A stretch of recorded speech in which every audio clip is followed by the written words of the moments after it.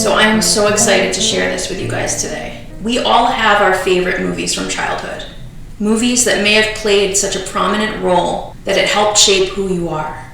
Today I'm going to tell you about my top 3 movies, 2 of which are anime cartoons. What's interesting is that every character seems to be an orphan.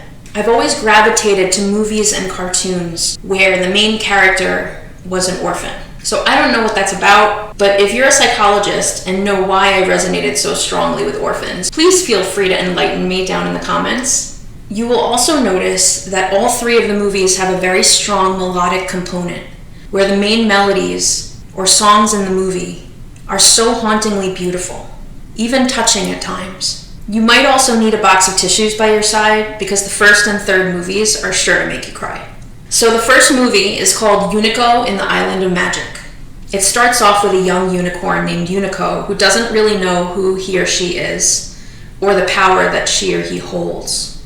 The gender of Unico is unclear, and I believe that was done on purpose. At the beginning of the movie, Unico is dropped off by the beautiful west wind in the middle of nowhere. Unico doesn't seem to know anyone or even know where home is and meets many characters on the journey. I see the whole movie as a hero's journey type of tale where the main character is trying to figure out who he or she is and their purpose in life. Along the way, Unico meets a young girl named Cherry, whose brother Toby hasn't come home in years. But he turns out to be a magician, who is told by his teacher, Lord Kuruku, whose side note is terrifying for small children. So if you have small children, do not let them watch this movie. It's got some really scary, creepy parts. So he turns out to be a magician, who is told by his teacher, Lord Kuruku, to turn all the animals and humans into living puppets.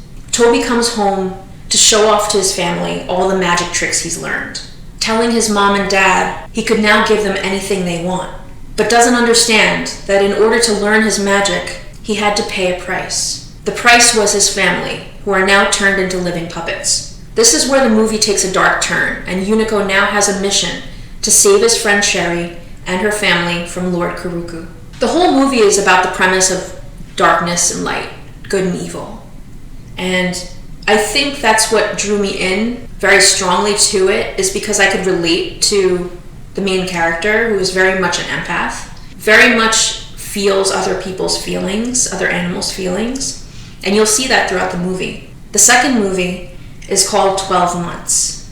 12 Months was a Japanese anime cartoon released in 1980 about a young girl named Anya, who is very much an empath and befriends all animals of the forest. In the beginning of the movie, Anya is very much like Cinderella, being emotionally and verbally abused by her stepmother and stepsister. One day, they send her out in the middle of the winter to find galanthus flowers for the queen, who is giving a reward of gold to the one who can find it.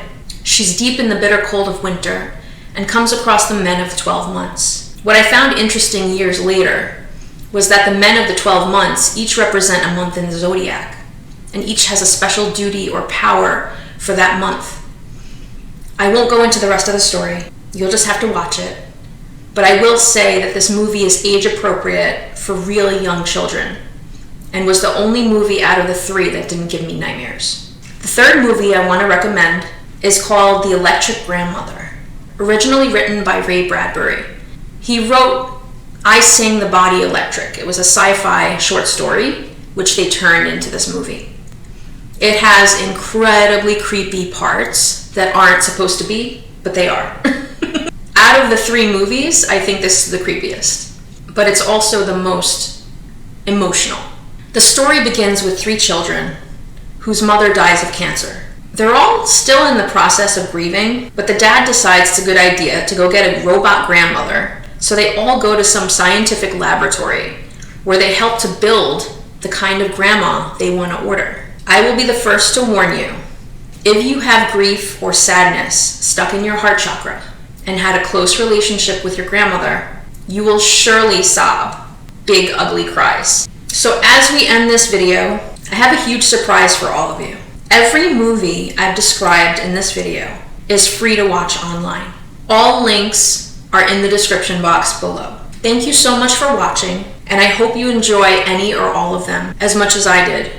If you liked this video, please share and subscribe if you haven't already. Please like, and I will see you soon.